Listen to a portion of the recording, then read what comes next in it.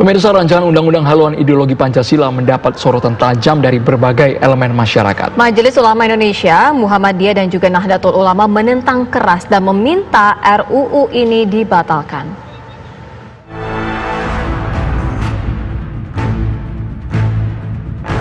Rancangan undang-undang haluan ideologi Pancasila mendapat sorotan tajam dari berbagai elemen masyarakat. Majelis Ulama Indonesia, Muhammadiyah, dan Nahdlatul Ulama menentang keras dan meminta RUU tersebut dibatalkan. Dewan Pimpinan Majelis Ulama Indonesia Pusat dan Dewan Pimpinan MUI Provinsi se-Indonesia mengeluarkan maklumat penolakan RUU haluan ideologi Pancasila.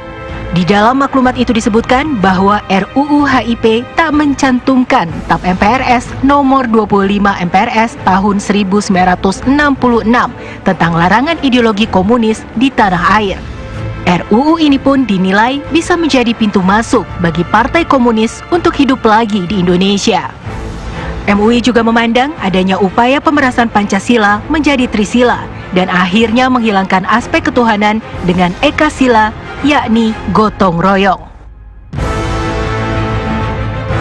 Sementara itu, pimpinan Pusat Muhammadiyah bertekad mengawal RUU tersebut dengan menyiapkan tim jihad konstitusi yang diketuai Sekretaris Umum PP Muhammadiyah, Abdul Muti.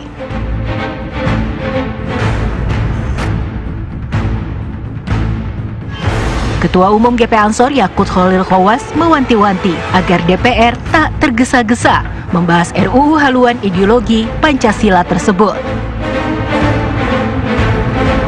Menurut Wakil Ketua MPR Ahmad Basara, RUU ini ditujukan menjadi payung hukum untuk melindungi Pancasila dari ideologi lain. Kehadiran RUU HIP agar Pancasila tetap berfungsi sebagai pedoman hidup bermasyarakat, berbangsa, dan bernegara. Pembahasan RUU HIP yang seolah diam-diam menimbulkan syakwa sangka. Apalagi RUU ini tak mendesak dan dilakukan di tengah merebaknya COVID-19 di Indonesia. Pemirsa, untuk membahasnya kami sudah bersama dengan Menko Polhukam, Prof. Mahfud MD, kemudian ada Koordinator Tim Pengawal RUU HIP, Bapak Abdul Muti, dan juga anggota Komisi 3 DPR RI, Bang Masinton Pasaribu. Selamat sore, Bapak-Bapak. Selamat sore, Assalamualaikum. Waalaikumsalam. Selamat sore, Mahfud di sini. Baik, saya langsung ke Pak Abdul Muti. Apa yang membuat Koordinator Tim Pengawal RUU HIP ini menolak secara tegas adanya RUU haluan ideologi Pancasila ini? Ya, yang pertama kami melihat bahwa RUU HIP ini setelah kami baca draftnya dengan seksama dan kemudian kami cermati pasal demi pasal, memang terdapat materi yang secara substantif justru bertentangan dengan Pancasila dan pembukaan Undang-Undang Dasar 1945. Padahal kalau kita lihat dari sisi perundang-undangan, terutama kalau kita kaitkan dengan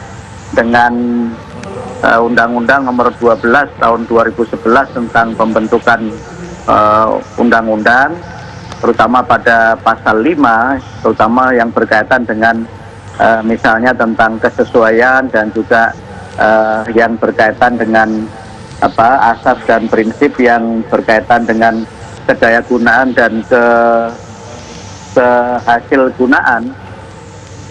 RUU HIP ini kami pandang tidak diperlukan, dan beberapa hal yang berkaitan dengan argumen-argumen yang ada dalam RUU itu, terutama kaitannya dengan penguatan Pancasila, sebenarnya tidak diperlukan karena sesungguhnya Pancasila itu secara hukum kedudukannya sudah sangat kuat.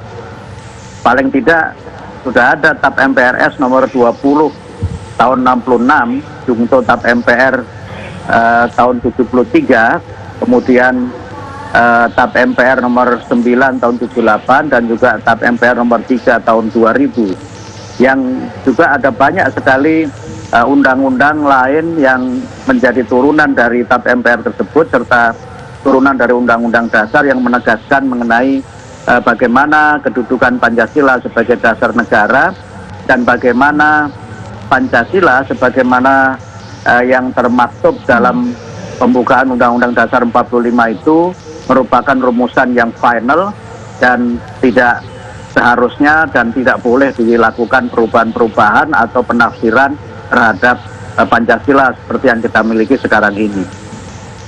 Ya, Pak Menteri, sebenarnya siapa yang menginisiasi lahirnya RUU HIP ini?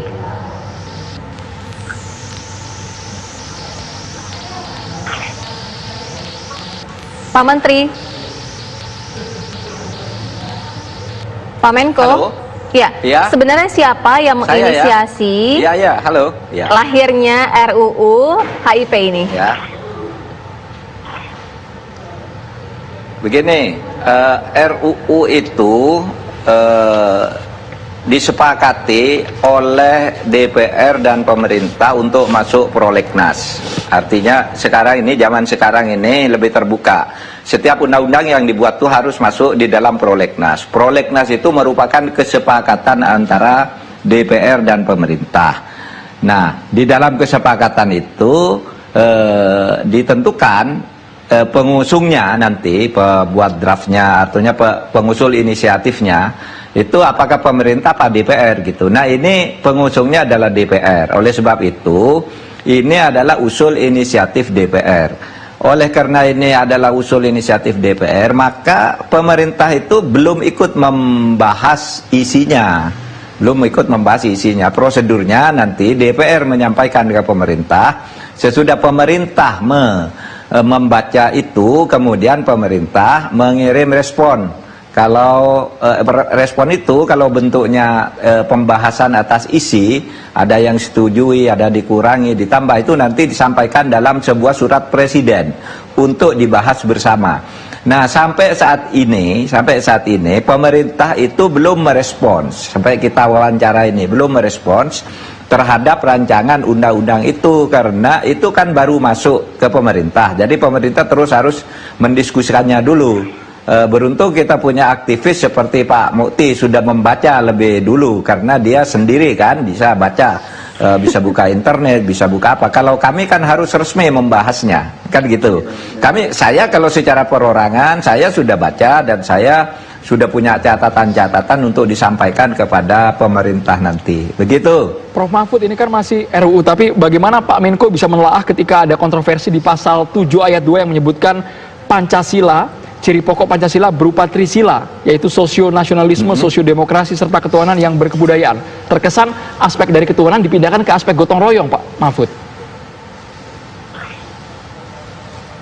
Ya, jadi sesudah kami pelajari untuk sementara ini, memang ada beberapa masalah krusial yang nanti akan dikritisi oleh pemerintah gitu. Satu, soal considerance. Di situ disebutkan ya, beberapa TAP MPR dan TAP MPRS yang dijadikan pertimbangan bahwa undang-undang disebut bersahar TAP MPR ini, TAP MPR ini, TAP MPR ini, dan undang-undang ini. Nah, itu ternyata tidak ada yang TAP MPRS nomor 20 tahun 66. Padahal itu soal penguatan ideologi. Sehingga kita menganggap itu harus dikritisi, dan kita nanti sementara ini berpikir untuk mengusulkan agar seluruh TAP MPR itu dicabut, diganti dengan satu TAP MPR saja sebagai mengingat, yaitu TAP MPR nomor 1 tahun 2003. TAP MPR nomor 1 tahun 2003 itu menguatkan bahwa TAP MPRS nomor 25 tahun 66 itu sudah resmi dicabut. Kemudian artinya TAP MPR itu masih resmi diberlakukan ya, tidak dicabut. Ada 3 TAP yang tidak dicabut itu dan resmi masih berlaku. Satu, TAP MPR tentang larangan komunisme nomor 25 tahun 66. Yang kedua, TAP MPR tentang politik ekonomi nasional.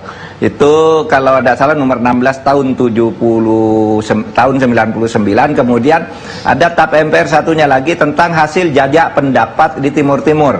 Itu dinyatakan tetap berlaku, sehingga hasilnya itu atau ketentuannya itu tetap mengikat sampai sekarang. Nah, itu mau dijadikan payung sekaligus mengingat TAP MPR nomor 1 tahun 2003 gitu. Nah, di situ akan tercantum semua TAP MPR 2003 itu yang masih berlaku mana, yang sudah tidak berlaku mana. Nah, itu akan lebih netral. Iya. Yang kedua, soal pasal 7 ya. soal pasal 7 ayat 2, kita juga mengkritisi agar yang dimaksud Pancasila itu adalah Pancasila sebagaimana dicantumkan di dalam pembukaan UUD 45, yang disahkan tanggal 18 Agustus tahun 1945. Jadi di situ tidak perlu ada diperas ke Trisila, diperas ke Ekasila. Bagi pemerintah di dalam diskusi-diskusinya itu, Pancasila itu adalah 5 sila yang ada di dalam pembukaan UUD 45 yang merupakan satu kesatuan, bukan satu pasal, tapi satu kesatuan dari 5. Sehingga itu 5 sila Pancasila itu adalah satu tarikan nafas. Dan supaya diingat juga bahwa semua Pancasila yang dikenal sekarang ini, apakah itu lahirnya 1 Juni tahun 45, kemudian diperbarui dengan disepakati dengan Piagam Jakarta 22 Juni tahun 45, kemudian disahkan 18 Agustus 45. Itu semuanya merupakan satu rangkaian lahirnya Pancasila yang semuanya itu digagas dan dipimpin oleh Bung Karno. Sehingga kita kemudian kesepakatan akhir dari para pendiri itu adalah tanggal 18 Agustus yang sidangnya dipimpin oleh Bung Karno itu sendiri. Jadi tidak perlu dipertentangkan sebenarnya gitu antar tanggal-tanggal itu, karena itu proses yang sah berlaku itu yang tanggal 18 Agustus tahun 45 sebagai satu kesatuan paham dalam tarikan satu nafas. Begitu. Ya, Pak Menko, kalau sudah detail dalam satu tarikan nafas, lalu apa yang mendesak sehingga perlu untuk disempurnakan ataupun memperkuat Pancasila ini? Oh gini, pertama soal tarikan nafas itu soal wordingnya ya tadi kok kenapa masih perlu ada Trisila, Ekasila? Kita kritisi itu sebaiknya tidak, karena toh substansinya ke yang lain tidak berubah. Oleh sebab itu ke substansi yang lain sebenarnya kan itu bersaaran program, bagaimana ilmu pengetahuan dikembangkan, bagaimana ekonomi dibangun, bagaimana demokrasi Pancasila, yang semuanya itu sebenarnya bagus-bagus saja sih menurut saya, tinggal tergantung bagaimana kita mengisinya secara bagus. Tetapi memang 2 hal itu yang menjadi sorotan masyarakat, yang juga saya baca dari pernyataan Majelis Ulama seluruh Indonesia, kemudian dari tim Jihad Muhammadiyah yang dipimpin oleh Pak Mukti, kira-kira arahnya kedua itu yang paling pokok. Nah yang lain-lain itu wording dan bisa dibahas bersama-sama lah. Meskipun ada yang menyatakan apa perlu sih undang-undang seperti ini, yang satu bilang perlu karena kita ternyata selama ini seperti kehilangan arah sejak reformasi. Tapi ada yang mengatakan tidak perlulah, Pancasila itu kan tidak perlu lagi penjelasan seperti itu karena dulu sudah pernah ada P4 kemudian dihapuskan karena dianggap tafsirnya menyimpang gitu. Nah kita ini diskusikan, namanya ini demokrasi kan, DPR sebagai wakil rakyat sudah mengusulkan itu, pemerintah sebagai juga yang presidennya dipilih oleh rakyat membahas itu, kemudian rakyat sendiri masih punya peluang untuk berpartisipasi di dalam proses pembahasan yang akan berlangsung nanti kalau presiden sudah memberikan tanggapan terhadap RUU itu. Baik, Prof. Menko, ini perlu juga ditanggapi Pak Abdul Muti ketika TAP MPRS larangan komunis tidak masuk dalam RUU haluan ideologi Pancasila. Sesaat lagi usai kumandang azan maghrib untuk wilayah DKI Jakarta dan sekitarnya berikut ini. Jakarta dan sekitarnya. Kita lanjutkan dialog, saya ingin ke Bang Masinton. Bang Masinton, sebenarnya apa yang sangat krusial sehingga RUU HIP ini digagaskan? Ya, jadi RUU HIP ini kan sebenarnya penguatan kelembagaan ya, BPIP, Badan Pembinaan Ideologi Pancasila, yang tadinya diatur dalam peraturan presiden, kemudian dikuatkan dalam satu undang-undang yang namanya rancangan undang-undang haluan ideologi Pancasila, dan ini juga sekaligus adalah penguatan ideologi negara gitu. Jadi, nah dalam RUU HIP ini ya tidak merubah apapun dalam konteks dasar-dasar kita berbangsa dan bernegara, justru malah menguatkan dan melindungi ideologi Pancasila dari kelompok-kelompok yang anti dengan ideologi Pancasila tersebut. Nah, terkait dengan beberapa kontroversi apa segala macam Siap dalam pembuatan pembahasan sebuah rancangan perundang-undangan ya pasti ada pro dan kontra. Nah tentu ini bagian dari pengkayaan. Nah DPR sebagai khususnya badan legislasi, DPR RI sebagai pengusul ya, memberikan usul inisiatif, kemudian ini kan masih dalam bentuk draft ya, rancangan undang-undang yang nanti akan dibahas bersama-sama dengan pemerintah seperti yang tadi sudah disampaikan oleh Pak Menko Polhukam.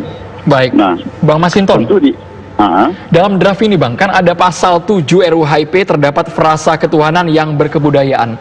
Mungkin Bang Masinton bisa menjelaskan seperti apa ketuhanan yang berkebudayaan itu. Sesaat lagi Bang Masinton, kita harus jeda dulu. Hanya di Kabar Petang pemirsa.